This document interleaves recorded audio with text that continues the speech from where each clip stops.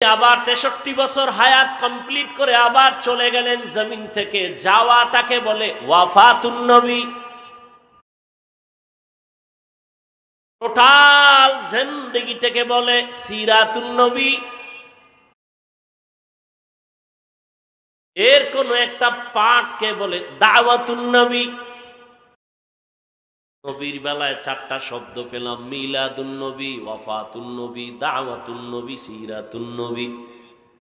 এই 4টা শব্দ একমাত্র শুধুমাত্র কেবলমাত্র আপনার আমার কলিজার নবী রাহমাতুল লিল আলামিনের শানে ব্যবহার হয়, আর কারো শানে হয় না। মুসা নবীর বেলায় শব্দগুলো ব্যবহার হয় না, ঈসা নবীর বেলায় শব্দ ব্যবহার হয় না, হলে গুনাহ নাই, কিন্তু হয় না। এই 4টা শব্দ আমার নবীর শানের শব্দ। মিলাদুন নবী মানে আমার সুপরিচিত নবীর জন্ম মোবারক। ওয়াফাতুন নবী অর্থ আমাদের সুপরিচিত নবী সাল্লাল্লাহু আলাইহি ওয়াসাল্লামের ইন্তেকাল মোবারক। সিরাতুন নবী অর্থ আমার নবীজির সুপরিচিত নবীর জীবন ইতিহাস, জীবন আদর্শ। দাওয়াতুন নবী আমার নবীর জীবনের দাওয়াত, পরিচিত নবীর দাওয়াতের মিশনকে দাওয়াতুন নবী বলে। সহজ কথায় বুঝবেন, এই 4টা শব্দ নবীজির বাইরের না, নবীর।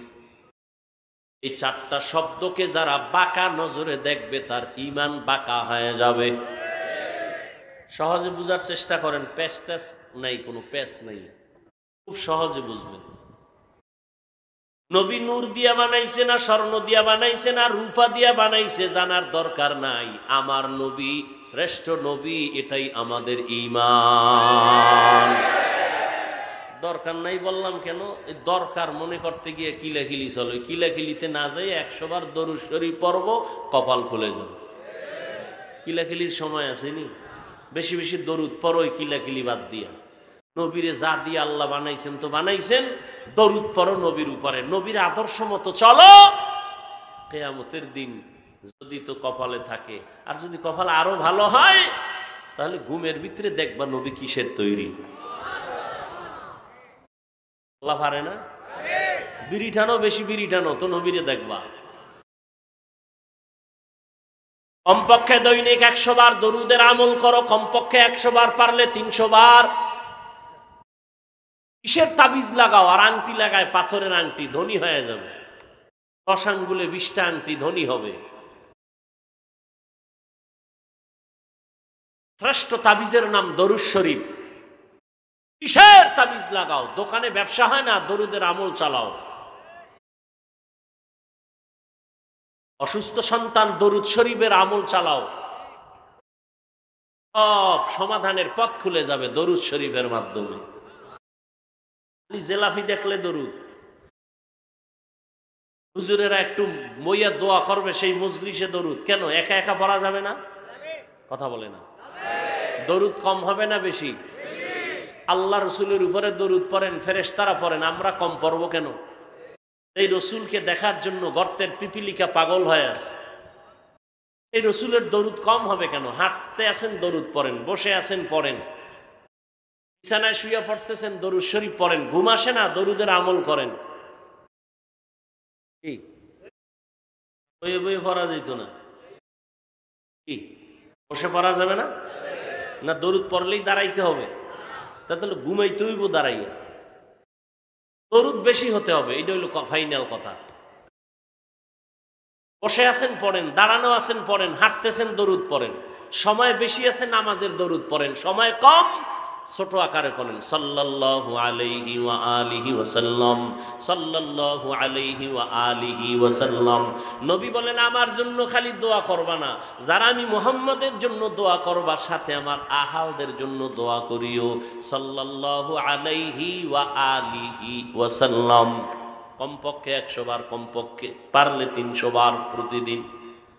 আর কে বাশদ আমেলে সাল্লু মুদাম আতেশে দোজখ শাওয়াদ বরওয়ায়ে হারাম।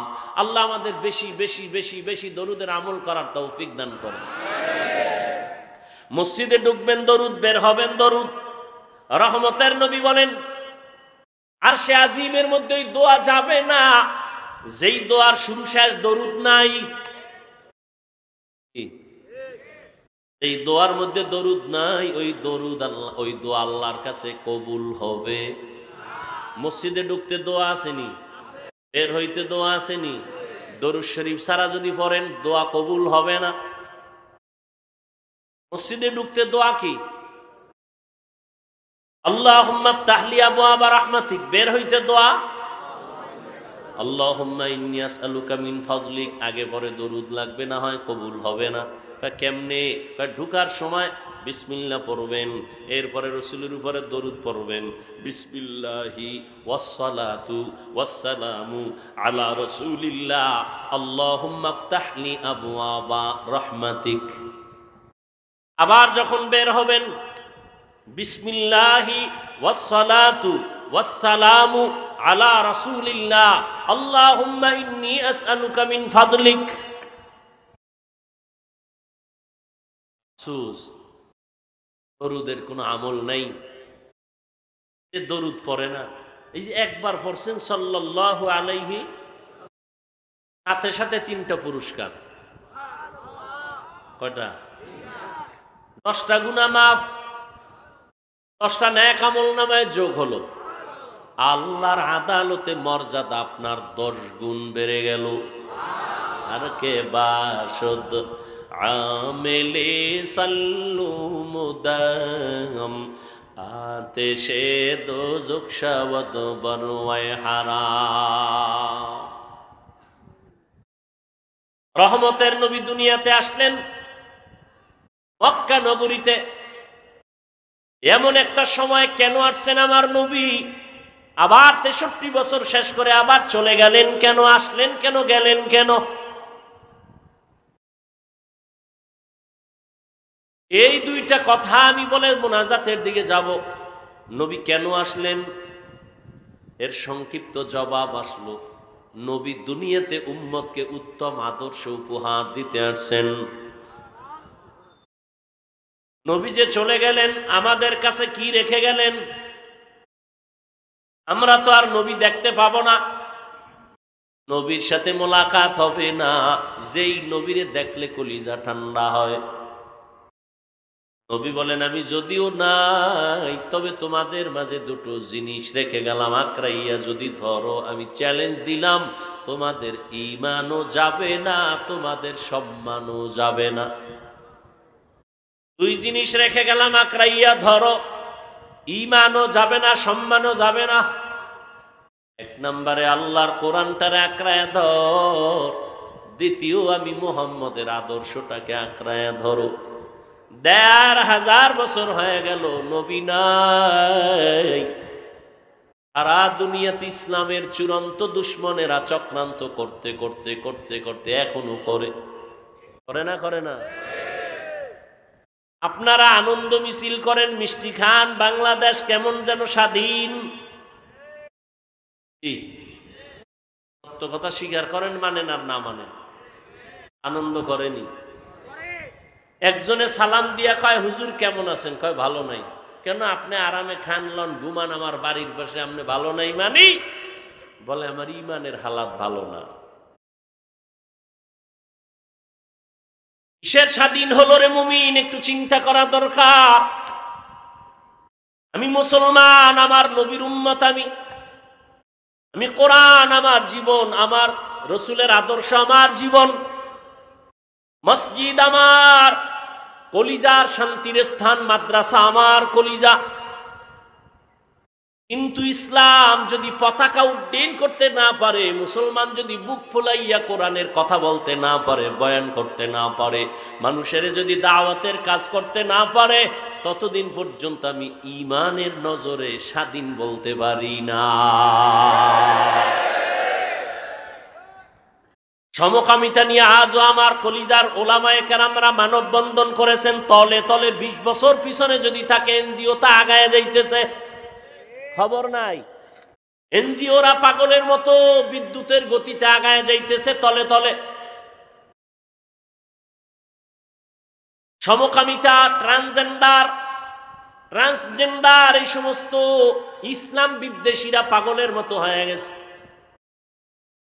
শিক্ষানীতি প্রণয়নের জন্য যত লোক সেটিং করে দিয়েছে, ওখানে একটা ভালো মানুষ নাই, সব মেজাজ গরম নাস্তিকওয়ালা।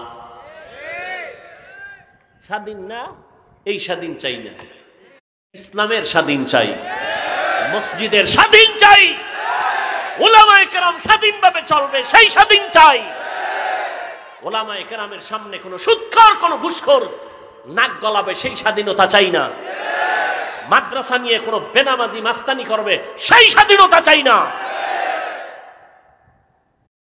কোরআন হাদিসের বয়ান করব, বেনামাজি কইবে হুজুর বয়ানটা এমনে করেন। জীবনভর ডাউলের পানি খেয়ে কোরআন হাদিস পড়িয়া বয়ান শিখতে হবে বেনামাজির থেকে? কোরআন হাদিসের বাইরের বয়ান কইরেন না। তুমি বাইরের আর ভিতরের কি বুঝো? শিয়ালের হাতে মুরগি দিয়া যদি কয় 2 দিন পরে নিয়ে যাবো আমানত, পাওয়া যাইব আমানত? মরাও তো ভাইতেন না। শিয়ালের হাতে মুরগি দিলে যা হয়, এই জাতি সুদখোর ঘুষখোরের হাতে ধর্মের চাবি দিছে, এই জন্য তাই হচ্ছে। মসজিদ নিরপেক্ষ সবার, ওয়াজ মাহফিল সবার, ইসলাম সবার, প্যান্ডেল সবার। এখানে যদি রাজনীতির কোনো নেতা বক্তব্য দেয় তো আমিও রাজনীতির বয়ান করব। কথা কয় না? নেতা করবে পচা রাজনীতি, আমি করব তাজা কোরআন সুন্নাহর পিওর রাজনীতি। মসজিদে যদি কেউ ভোট চায় তাহলে প্রত্যেক খতিব রাজনীতির বয়ান করবে। রাজনীতির নেতা স্টেজে আসবে না, স্টেজে রাজনীতির বয়ান হবে না।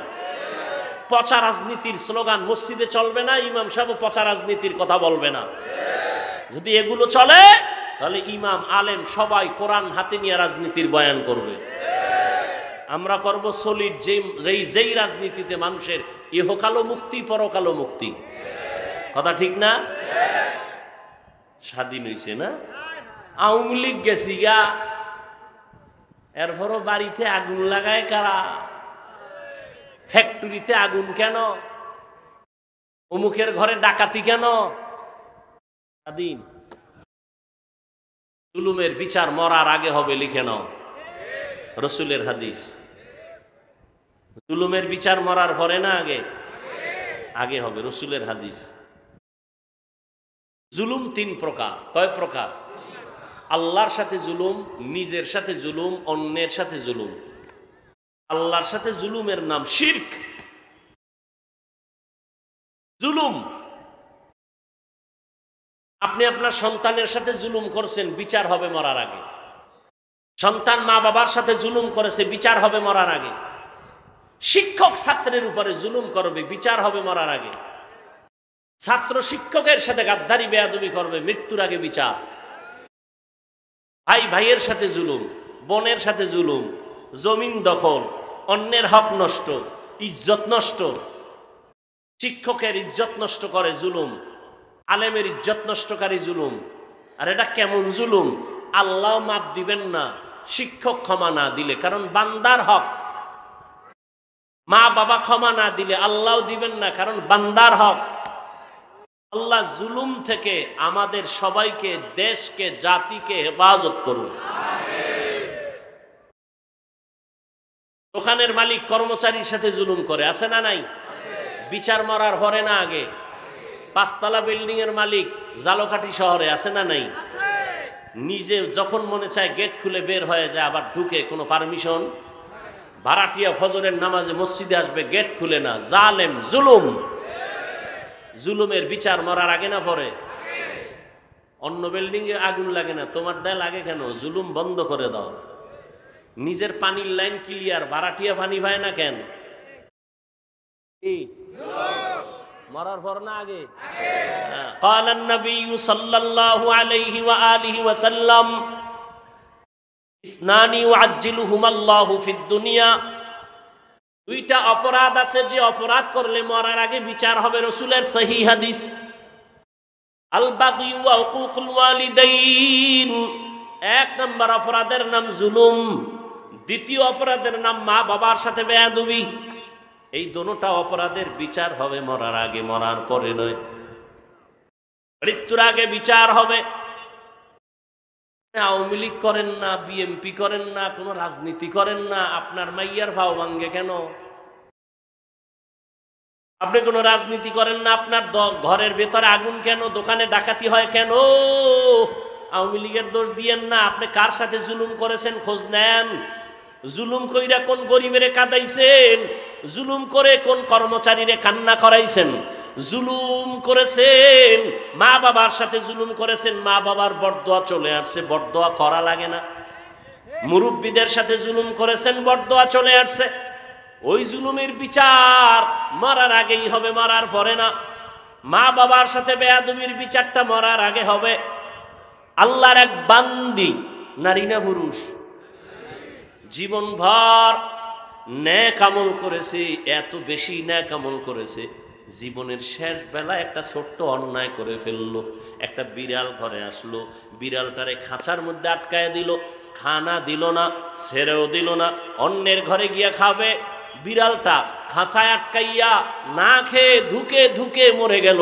রহমতের নবী সাহাবাদেরকে বলতেছেন, সাহাবায়ে কেরাম শুনো, ওই মহিলা বিড়ালটার সাথে যেই জুলুম করলো, সাথে সাথে গাইবি আওয়াজ কে যেন ডেকে বলে, ও আল্লাহর বান্দি, জীবনের সব নেক আমলগুলো বরবাদ হয়ে গেছে। জুলুম বড় কঠিন জিনিস। ফেসবুকে যারা আলেমের বিরুদ্ধে লেখো, তোরা জালেম। জুলুম করে ইজ্জত নষ্ট করেছো, ওই আলেম ক্ষমা না দেওয়া পর্যন্ত আল্লাহর কাছে ক্ষমা চাইলেও ক্ষমা হবে না। আমি শুরুতেই বলেছিলাম, কিয়ামত পর্যন্ত নবী আসবেন না, সাহাবায়ে কেরাম আসবেন না, কোনো আইম্মায়ে কেরাম আসবেন না, আবু হানিফা আসবেন না, ইমাম শাফিঈ আসবেন না, ইমাম মালিক আসবেন না, ইমাম আহমদ বিন হাম্বল আসবেন না, ইমাম বুখারী আসবেন না, ইমাম মুসলিম আসবেন না, ইমাম তিরমিজি আসবেন না, এ জমিনের মধ্যে কোনো বড় বড় আউলিয়া আসবেন না, মুজাদ্দিদ আল ফেসানি আসবেন না, কাসেম নানতবী আসবেন না, বড় পীর আব্দুল কাদের জিলানী আসবেন না। কিয়ামত পর্যন্ত আমরা উম্মত এতটাই কঠিন এক অবস্থানের মধ্যে আছি, আমরা জান্নাতে যেতে চাই, এই সিদ্ধান্ত আমাদের ফাইনাল, ঠিক নি? সবাই কোথায় যাব? যে জনমের আকাম করে হোক, আমি কই যাবো? জান্নাতে যেতে হবে, এটাই ফাইনাল। কিন্তু জান্নাতের পথ কই? কয় পথ তো একটা, কিন্তু এখন পথ তো খুঁজে পাই না, ডানে বামে বহু ভেজাল। ভেজাল না? একদল কয় কওমি মাদ্রাসায় পড়িও না, আলিয়ায় পড়ো শান্তি। আর একদল কয় কওমিতে পড়ো, আলিয়া বাদ দাও শান্তি। একদল কয় মাজারে সেজদা দাও শান্তি। সবাই শান্তির কথা কয়, কোন দিকে শান্তি? কয় দিক বিদিক হারায় গেছে। এখন কি করার? কয় সঠিক পথ দিবে কোরআন হাদিস। বলেন সঠিক পথ কোথায়? কিন্তু কপাল খারাপ, আপনি কোরআনের আরবিও বুঝেন না, হাদিসও বুঝেন না। এখন আপনি কেমনে জান্নাতের পথ খুঁজে পাবেন? একমাত্র সমাধান, কিয়ামত পর্যন্ত এই জাতি সঠিক জান্নাতের পথ পেতে হলে উলামায়ে আহলে হকের অনুসরণ ছাড়া কোনো বিকল্প রাস্তা নাই।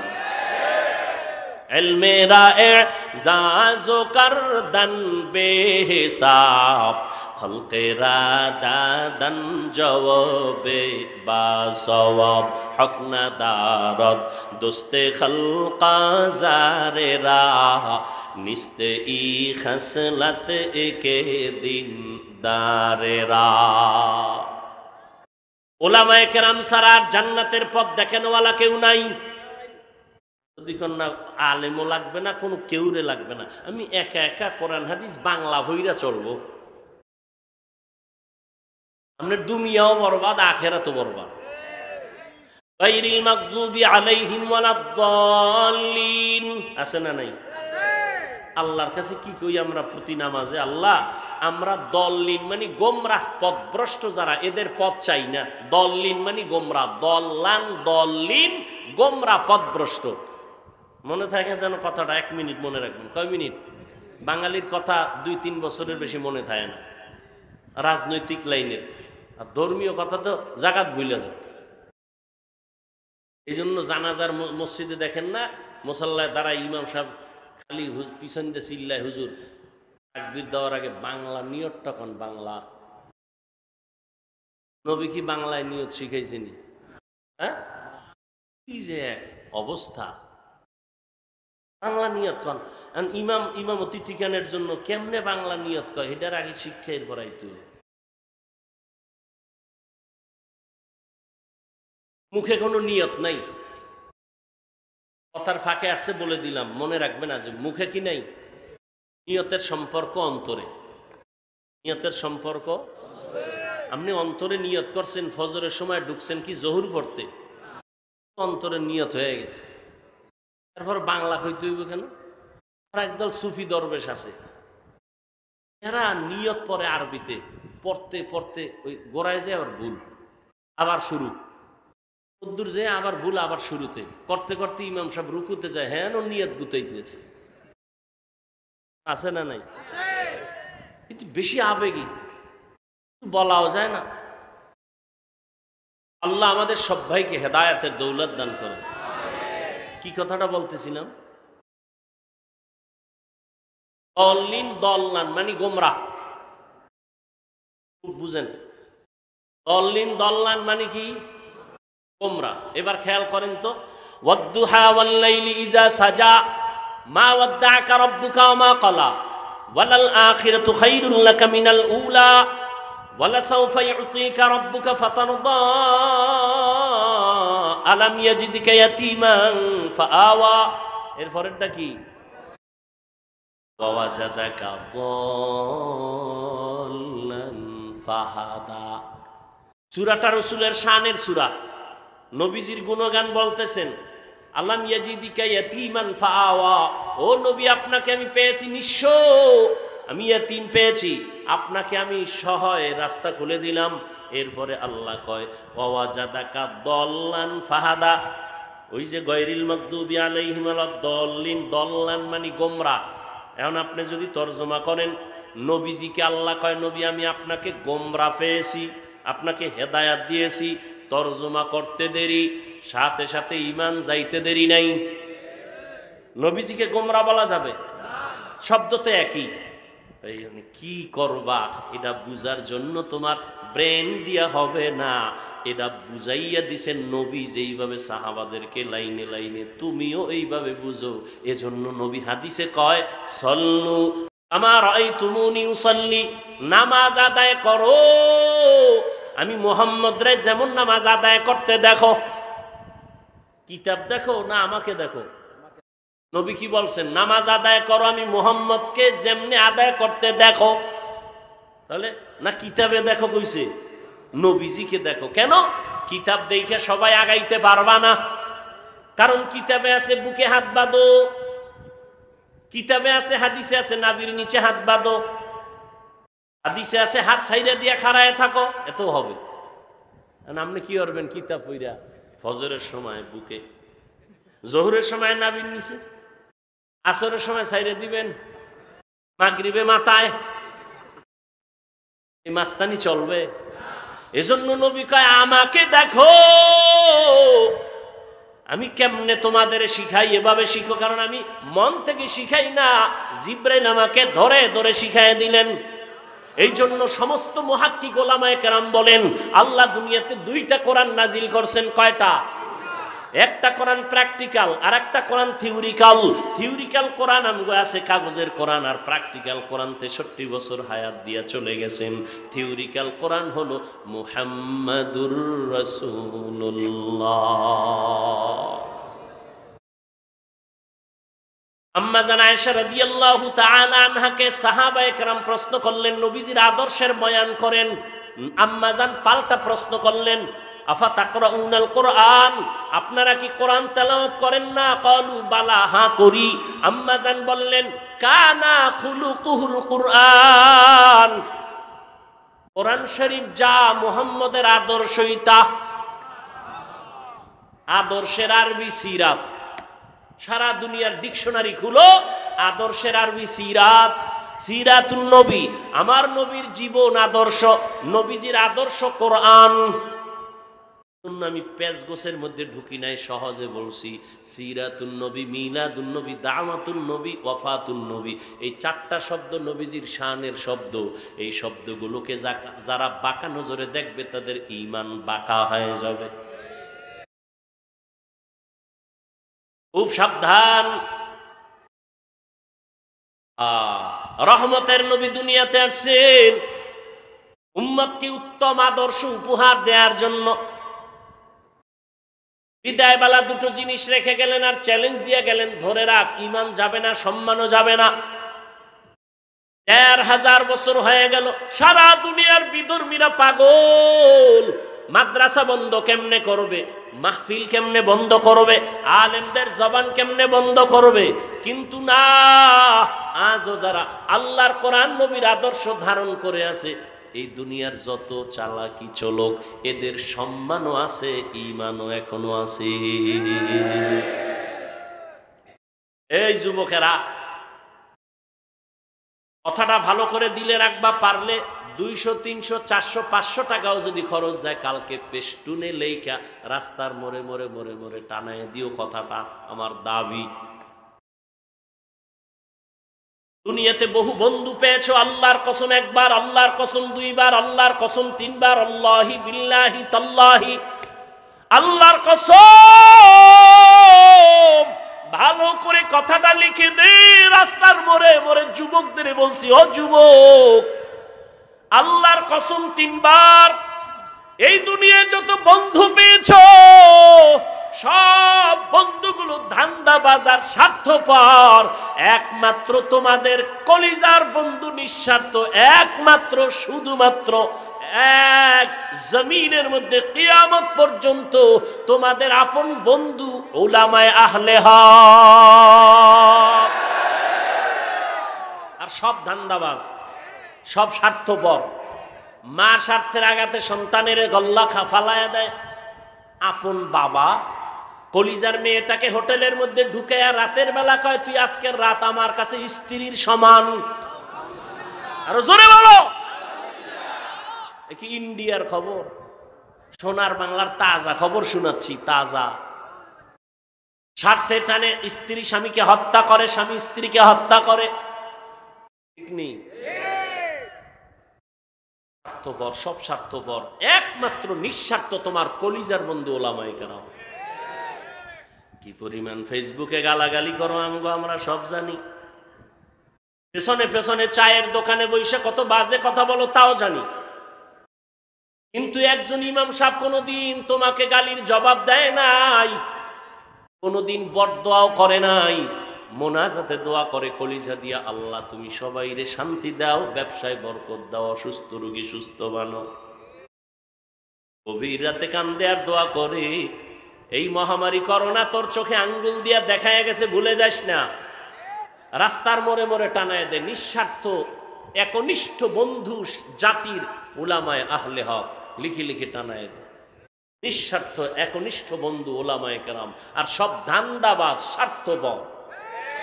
স্বার্থে আঘাত লাগলে শুধু দল থেকে নাম কাটে না, কল্লা কেটে দেয়। কি নে বুঝাইতাম রে বাবা, আল্লাহ হেদায়াতের মালিক। এই মহামারী করোনা, স্কুল বন্ধ, কলেজ বন্ধ, চাকরি বন্ধ, ব্যবসা বন্ধ, ফ্যাক্টরি বন্ধ, ট্রেন বন্ধ, সব বন্ধ। নজর করে দেখছুনি একটা মাদ্রাসাও বন্ধ হয় নাই। বাবায় করোনা আক্রান্ত, মরিয়েই গেছে। 2টা শিক্ষিত সন্তান কুলাঙ্গার এলাকার গরিব ছেলেদের টাকা দিয়া কয়, বাবার লাশটা রাস্তায় ফেলে দিয়ে আস। এলাকার গরিবেরা লাশটা রাস্তায় ফেলে দিল। শিক্ষিত টাকার গরম দেখায় জানালা বন্ধ করে দিল। লাশটার দিকে নজর দিল না, কুত্তায় খাইল না, জানাজা হলো, খবর নিল না। ইতিহাস ভুলে যাস না রে বাবা। এই দেশের শত শত করোনার লাশ আমার দেশের টুপিওয়ালা আলেমরা কাদের মধ্যে নিয়ে গোসল করাইয়া, কাফন পড়াইয়া, জানাজা পড়ায় কবরে রাখছি। একজন হুজুরেও করোনায় মরে না। এরে নবীর উম্মত, ভালো করে বুঝে নাও, আলেমরা এই জাতিকে যা দিছে, আল্লাহর কসম উলামায়ে আহলে হক এই জাতিকে যা দিছে ফিরি, রক্ত আর ঘামের বিনিময়, এই জাতিকে উলামায়ে কেরাম যা দিছে, এই দেশকে যা দিছে, কেউ পারে না, কিয়ামত পর্যন্ত কেউ পারবেও না। এরপরও গুতাটা আলেমদের উপরে, ধাক্কা আলেমের উপরে, দোষ আলেমের উপরে। কেমনে বলবো, কিভাবে বলবো, আপনাদেরে কি বলবো? আমার বিরুদ্ধে তো আপনি লেখেন না, আমার কোনো জাতিবাহীরা লেখে, কি বলবো? আলিয়ায় যদি পরে দাখিল, কওমিতে পড়লে হয়তো কাফিয়া শারহে বেকায়া। এমন সন্তানেরা বড় বড়দের ব্যাপারে কলম ধরে ফেসবুকের ভেতরে। ওলামায়ে কেরামের ব্যাপারে সমস্ত যারা মানুষের কাছে ছোট করার জন্য যারা লেখালেখি করে, আমি বলবো তারা বেয়াদব। লিকুল্লি শাইইন জিনাতুন ফিল ওয়ারা ওয়া জিনাতুল মারই তামামিল আদাবি আজ খোদা খা হি মে তৌফিকে আদব বে আদব মাহরুম গাশত আজ ফজলে রব। র‍্যাব, আর্মি, বিডিআর, পুলিশ, আরো কত কিছু করিয়া এদের পেছনে সরকারের কোটি কোটি কোটি কোটি কোটি টাকা ব্যয় হয়। এদের পেছনে টাকা সরকার দেয়, এদের লেখাপড়ার খরচ দেয়, এদের দিয়ে দেশ শাসন করবে, দুর্নীতি বন্ধ করার জন্য এদের কাজে লাগায়। কিন্তু আল্লাহর কসম, র‍্যাব, আর্মি, পুলিশ, বিডিআর এই সমাজের মাদক বন্ধ করতে ব্যর্থ।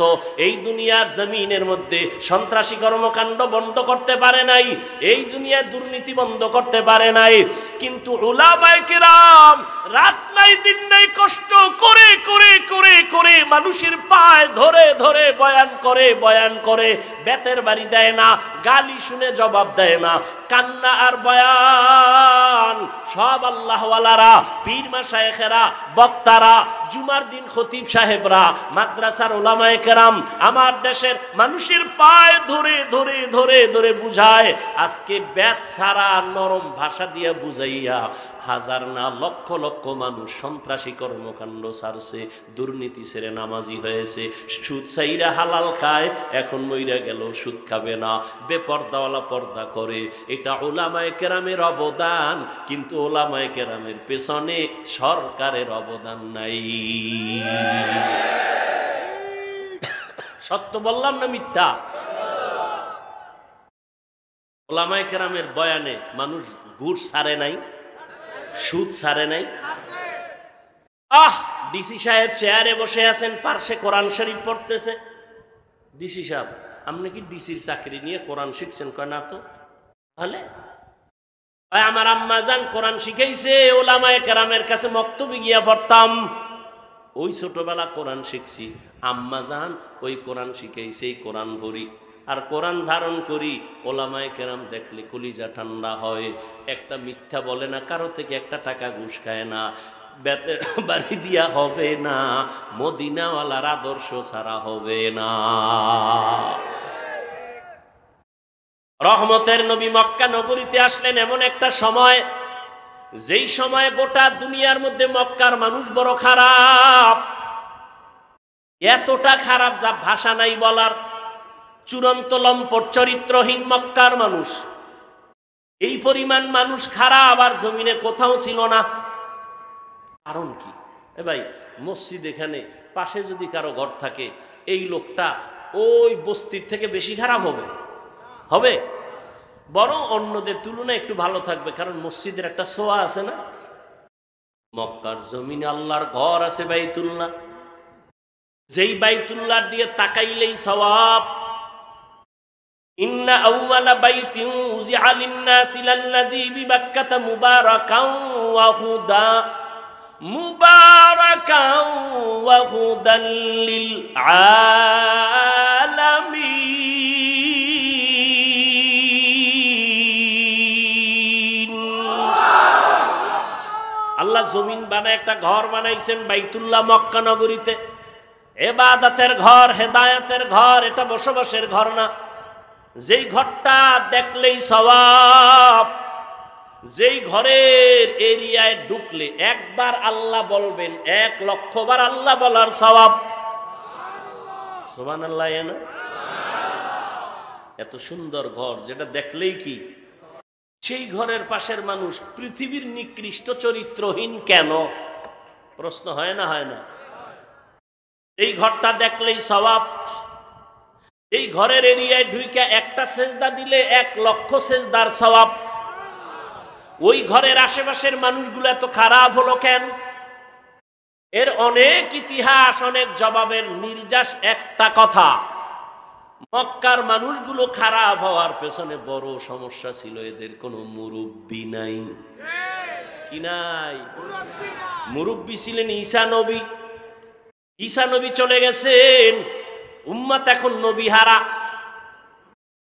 মুরব্বি না মানার কারণে বেপরোয়া হয়ে গেল। মানুষ যখন জবাবদিহিতার চিন্তা না করে, ডানে বামে আমাকে কেউ পেছন থেকে দেখতেছে, অন্যায় করলে ধরে ফেলবে, এই চিন্তা যদি না থাকে সে চলাফেরায় ব্যালেন্স হারায় ফেলে। ওর কথার ব্যালেন্স থাকে না, লেখার ব্যালেন্স থাকে না। আমি চ্যালেঞ্জ দিলাম, যারা আলেমদের বিরুদ্ধে বাজে লেখা মন্তব্য করে, কথা বলে, লেখে, খোঁজ নিয়ে দেখেন একটারও মুরব্বি নেই, একজনেরও মুরব্বি নেই। খবর নেন। আমার ছাত্র যদি আমাকে মানে, ও যদি অন্যায় করে, আমি ওর পেছন থেকে জামাটা টেনে ধরবে, এটা করলি কেন, কাট, তওবা কর, কোনোদিন আর করবি না। আর যার ছাত্র যদি মনে করে আমার পেছনে কেউ নেই, ও লেখতেই আছে, কেউ বাধাও দেয় না, ও বেপরোয়া হয়ে যাচ্ছে। মক্কার মানুষ মুরব্বি হারা। রহমতের নবী মুরব্বি হয়ে আসলেন, আসা মাত্রই জমিনে পরিবর্তন শুরু হয়ে গেল। 1000 বছরের অগ্নি নিভে গেল। রহমতের নবী, মক্কার মানুষ এত খারাপ। এখানে নবী আসছেন, নবী আসার পরে সি সি করে কাউকে তাড়ায় দেন না। আহা, মক্কার মানুষ, বংশের লোকেরা নবীরে তাড়ায় দেয়, নবী কাছে যায়। নবীর পথে কাটা দেয়, নবী বারবার যায়। নবীরে গালি দেয়, নবী তারপরও কাছে যায়। নবীর সাথে খারাপ মেজাজ নিয়ে তাকায়, নবী হাসি মুখে তাকান। ওরা নবীরে মারতে চায়, নবী বুকে লাগাইতে চায়। ইহুদি তরবারি হাতে, নবীজি সামনে, আর কেউ নাই। তরবারিটা উঠায় কয়, এই মুহাম্মদ আব্দুল্লাহর ছেলে, এখন তুমি আমি ছাড়া কেউ নাই, আমার হাতে কি? কয় তরবারি। এখন যদি কল্লার উপরে মারি, কে ফিরাবে? নবী কয়, আমার একজন ফিরানেওয়ালা আছে, আমার একজন কে আছে? আমার আল্লাহ। এই কথাটা নবীজি বলতে না বলতেই তরবারিটা হয়ে গেছে। নবীজি তরবারি ধরছে। তরবারি কই? মুহাম্মদের হাতে, মারুমনি, ফিরাইবে কে? আমার কেউ নাই। ক আল্লাহ আছে। আল্লাহ যদি কই, তো কালেমাই পড়তে পারি, আমার কালেমা পড়ায় দাও। রহমতের নবী এমন আদর্শ নিয়ে আসছেন। মক্কার মানুষগুলো এত খারাপ, নবীকে গালি দেয়, নবী গালি দেন না, গালির জবাবও দেন না। নবীর আদর্শ কই আর আমগো আদর্শ কই? আমাকে যদি কেউ কয় 12টা বাজাম, আমাকে রেডি থাকতো রে 13টা বাজাম।